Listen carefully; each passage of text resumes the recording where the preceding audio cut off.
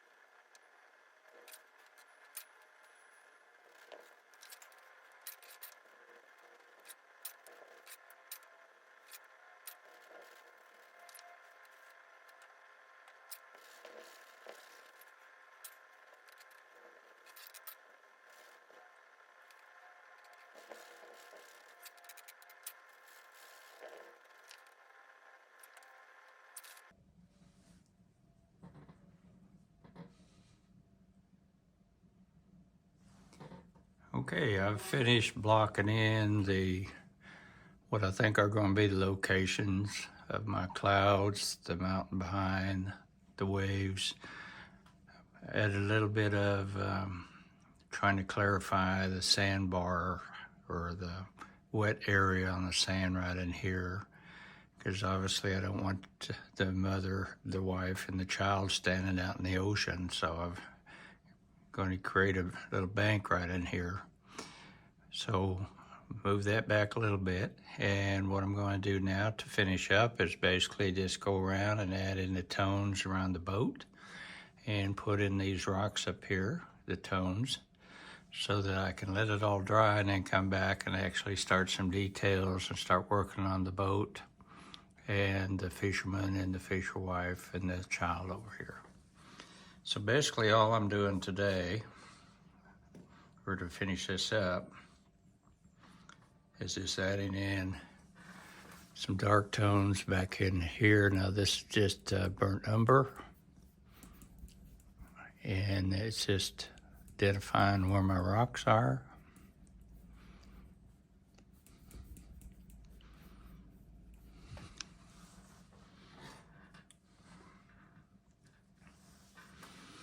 And they're going to come all the way back up in here.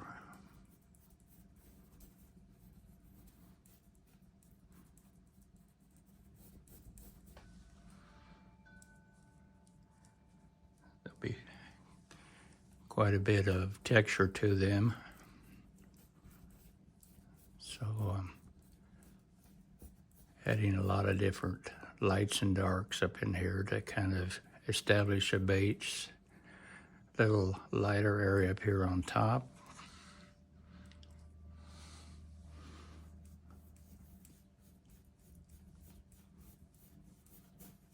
Again, this is sketching, so you don't see me taking a lot of time to do a lot of measurements and that kind of thing. I just want to kind of get the colors in there and start the shapes.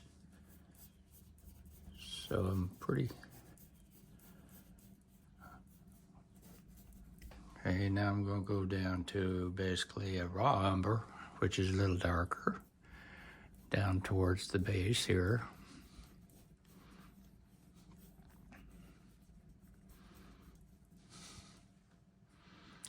This will be dark, not only because it's in the shadow area, but also because of the wave action and just marine growth on this lower area down in here.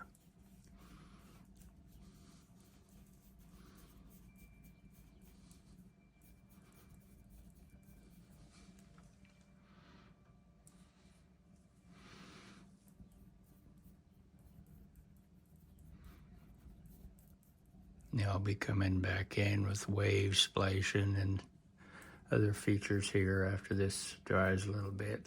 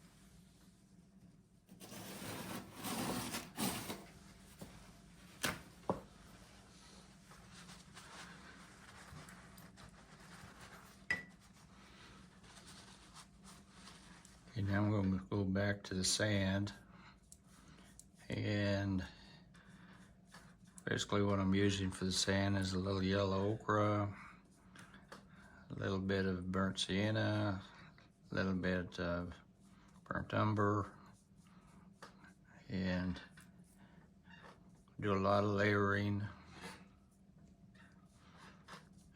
and sooner or later it'll look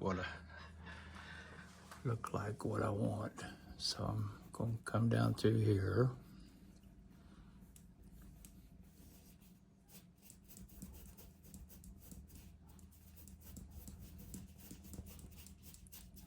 Now back up in here, there'll be some seagrass and some other shoregrass, really. So don't want any sharp, hard edges up in there. Might even throw an extra rock in right in here somewhere, just a little more realism. And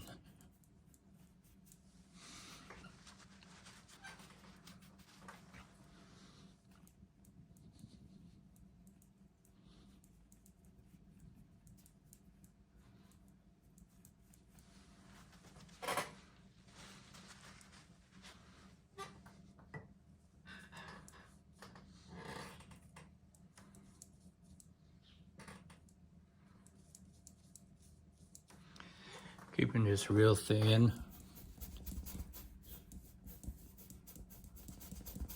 Most of the medium in this particular area in here, really it's just the turpentine or terpenoid that's on the brush.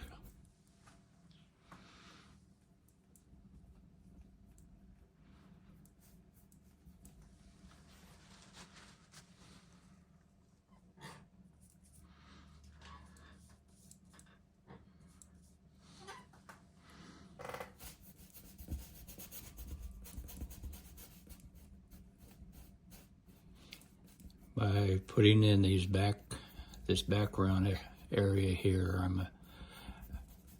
I'll be able to judge my values and tones on the figures in the boat and this type of thing. And the other features on the painting.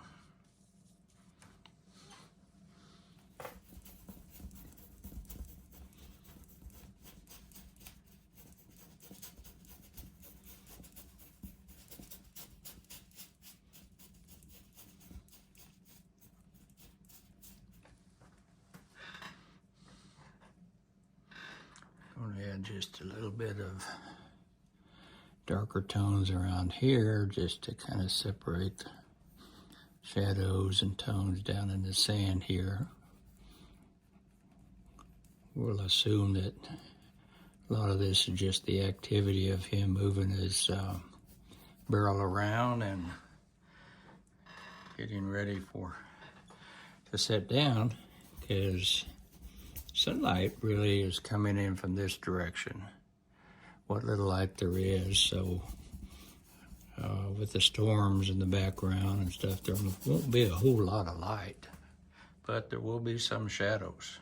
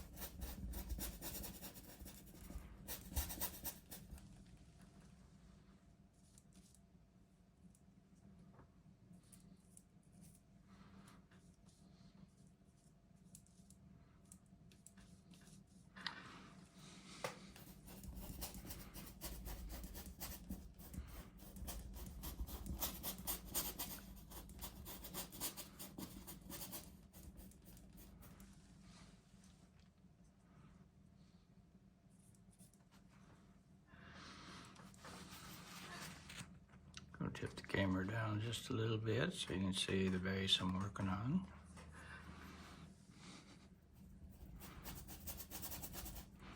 Now those oars are going to be coming down in here, but I can overlap the paint.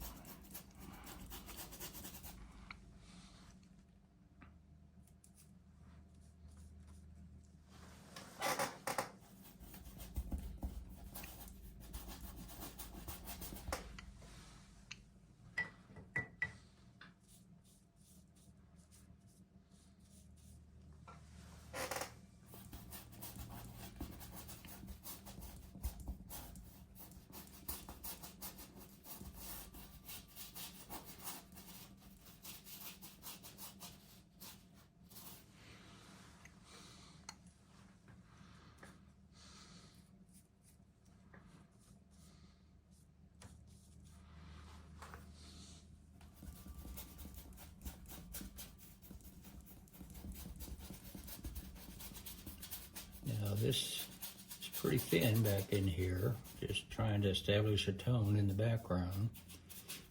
But by the time I layer in more paint, add in the footsteps in the sand and all the other little things you see on the beach, it'll darken up quite a bit.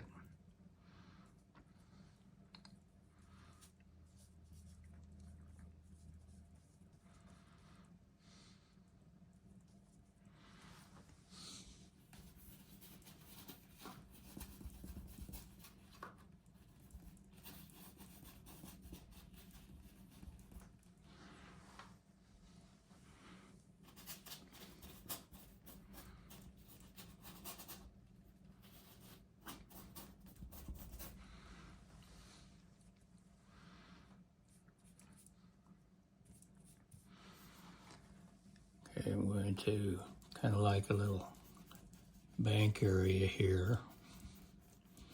Now I might take this out eventually, but for right now I think it'll just add some interest in this back corner.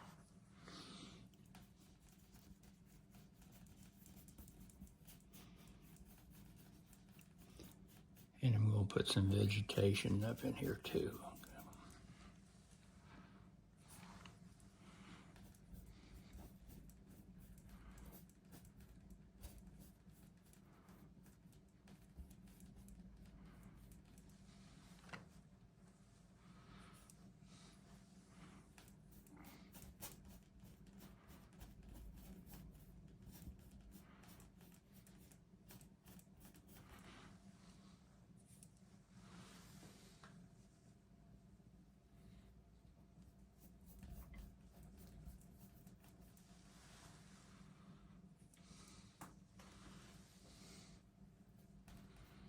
Now I would assume there's probably some drag marks up here, down in this area where he brought the boat up to the bank.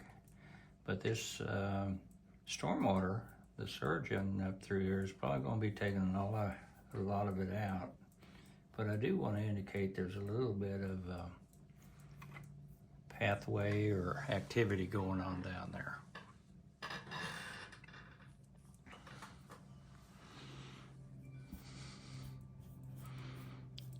Lots of footprints.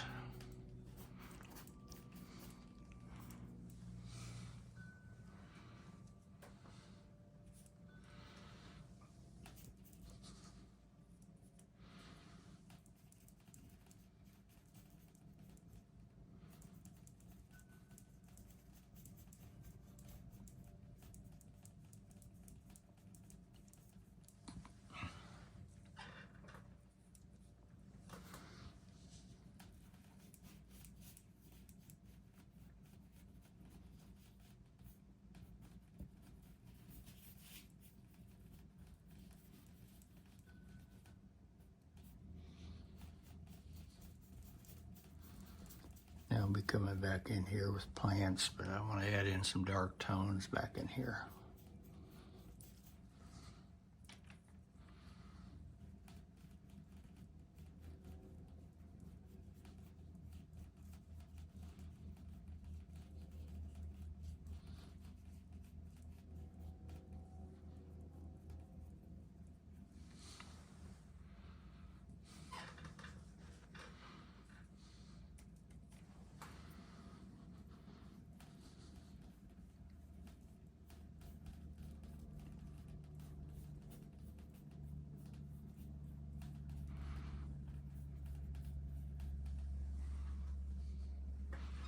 Okay, that gives me a pretty good idea of where I want to be as far as some of the tones, the values in the background.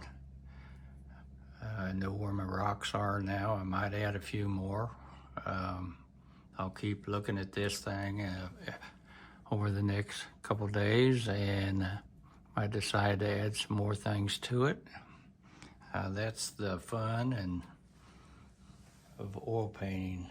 And I find it very relaxing, just kind of almost like, I don't know, working out a puzzle or something like that.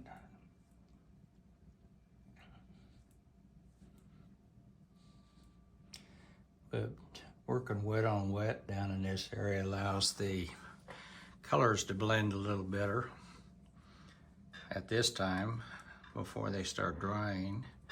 But I'll establish another layer over the top of this that will create a whole nother texture eventually. And all of this really thin paint with lots of brush strokes. I may leave, I might take them out.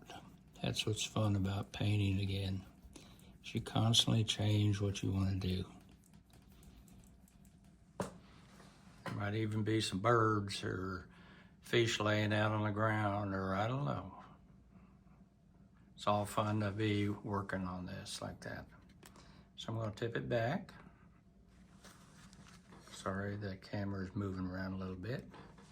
So you can take a good look at it and see where we're at now. I think it's going to be nice. The composition-wise, just to point out, horizon right in this area, this is basically a triangle sitting right in here. All of it's going that direction. The way I laid it out is trying to draw your attention to the Fisherman over here. And there's actually some historical issues about cycles and curves and this type of thing. So if you come across here, you can see then back into the wife and into the boat, there's actually almost a classical curve setting in there. So anyhow, I hope you enjoyed this particular video. I intentionally broke it up quite a bit just to kind of give you time to think about each part of it. And in the follow-up video, video 4, after this dries just a little bit, we're going to start doing some more details into the Fisherman, the boat, and the wife and the child. So if you like this part of it, please click like. And if you haven't subscribed yet, please subscribe so you can keep up when we start working on the rest of the painting. So until then, have a blessed day.